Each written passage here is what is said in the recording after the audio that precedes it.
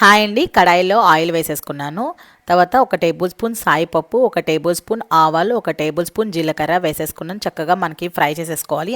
ఆ తర్వాత 4 వెల్లుల్లి వేసుకొని వాటిని కూడా ఫ్రై చేసేసుకోండి. ఆ తర్వాత 4 పచ్చిమిర్చి అండ్ ఒక బిగ్ ఆనియన్ తీసుకున్నాను. అండ్ ఆనియన్ కూడా వేసేసుకొని మంచిగా ఫ్రై చేసేసుకోవాలి.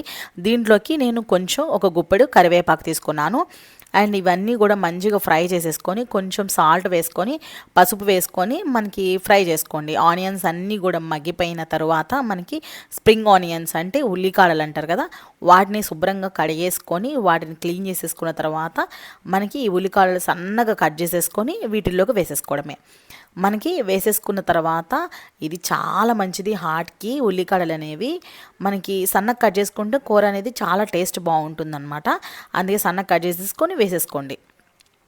వేసేసుకున్న తర్వాత మనకి ఉల్లికాడల్లోంచి మనకి వాటర్ అనేది బయటికి రిలీజ్ అవుతుందన్నమాట. ఆ వాటర్ అన్నీ కూడా ఇంకిపోయేదాకా కూడా మనకి మూత పెట్టేసుకొని మగ్గించేసుకోండి. మూత పెట్టేసుకొని మగ్గించేసుకున్న తర్వాత ఉల్లికాడలు అంతా కూడా ఇలా దగ్గరికి అయిపోతుందన్నమాట.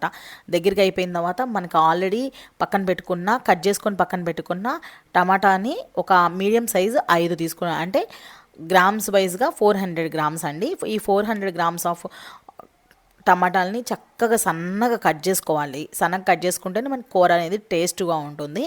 మంచిగా మనకి ఈ ఆనియన్స్లోకి మనకి కొంచెం సాల్ట్ వేసేసుకొని మనకి మూత పెట్టేసుకొని మగ్గించుకోండి. మనకి సాల్ట్ వేయడం వలన ఏంటంటే ఆ టమాటాలో ఉన్న వాటర్ అన్నీ కూడా బయటకు వచ్చేసి మనకి కూర అంతా కూడా మనకి దగ్గర పడిపోతుందండి. ఇలా దగ్గర పడిన తర్వాత మనకి కొంచెం మనకి కారం వేసుకోవాలి. నేను ఒక టేబుల్ స్పూన్ వేసుకున్నాను. ఆల్రెడీ 4 పచ్చిమిరకాయలు వేసుకున్నాను కదా, అందుకే ఒక టేబుల్ స్పూన్ కారం వేసుకున్నాను. అండ్ మీకు ఉప్పు అనేది సరిపోకపోతే ఈ స్టేజ్లో అనేది యాడ్ చేసుకోవచ్చు. మంచిగా మనకి ఉప్పు అనేది యాడ్ చేసేసుకొని నాకు సరిపోలేదని కొంచెం ఉప్పు వేసుకున్నాను. మంచిగా దగ్గరికి అయ్యేలాగా చేసుకోండి. అయిపోయిన తర్వాత మనకి ఒక టీ గ్లాస్ అంటారు కదా, ఆ టీ గ్లాస్ అంతా వాటర్ అనేది వేసేసుకోండి. వేసేసుకొని మూత పెట్టేసేసి మనకి ఈ కూర అనేది దగ్గరికి అయ్యేదాకా మగ్గించుకుంటే మనకి టేస్ట్ అయితే చాలా బాగుంటుంది. అండ్ ఈ కర్రీ అనేది స్ప్రింగ్ ఆనియన్స్ కర్రీ అనేది ఎస్పెషల్గా మనకి చపాతీలోకి చాలా అంటే చాలా బాగుంటుంది. ఒకసారి ట్రై చేయండి, ఎలా ఉంటుందో చెప్పండి, కామెంట్ చేయండి. ఈ హెల్దీ ఉల్లికాడల కర్రీని చపాతీలకు పెట్టుకుంటే ఉంటుందండి, సూపర్ ఉంటుంది. ఖచ్చితంగా ట్రై చేయండి.